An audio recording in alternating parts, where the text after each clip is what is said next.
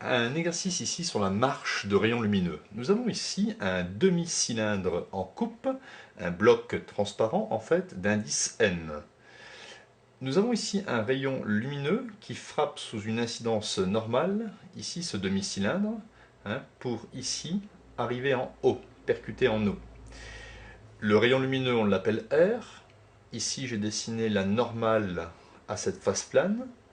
Dans une première question, on nous demande pourquoi le rayon R n'est pas dévié. Pourquoi il n'est pas réfléchi, pourquoi il n'est pas dévié en traversant la surface de séparation R cristal. Deuxième question, on a déposé ici en eau une goutte de liquide d'indice N'. Et par expérience, on sait qu'il y a réflexion totale pour les rayons qui arrivent en eau, sous une incidence qui serait supérieure à 69 degrés. Pour une incidence supérieure à 69 degrés, il y a réflexion totale. Il faut trouver l'indice du liquide N', sachant que l'indice du cristal vaut 1,55.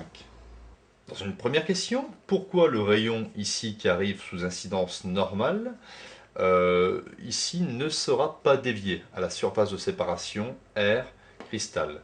Alors d'après la loi de Descartes, indice de l'air fois sinus de l'angle d'incidence est égal à l'indice du demi-cylindre, du cristal, multiplié par le sinus de l'angle réfracté. Si I vaut 0, le sinus I vaut 0.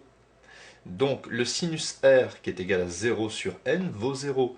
Donc le rayon réfracté aura un angle ici nul par rapport à la normale. On peut donc dire que le rayon incident ici se poursuit en rayon réfracté. Le rayon incident ici n'est pas dévié. Donc il frappe ici la surface plane du demi-cylindre en eau sans être dévié. Deuxième question.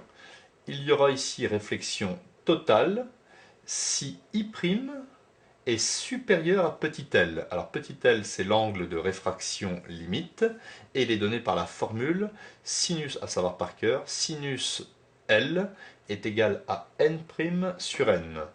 Soit en faisant un produit en croix, n' est égal à n sinus L. Nous avons vu dans le texte qu'il y a réflexion totale pour tous les angles d'incidence supérieurs à 69 degrés. Donc petit l ici, c'est 69 degrés.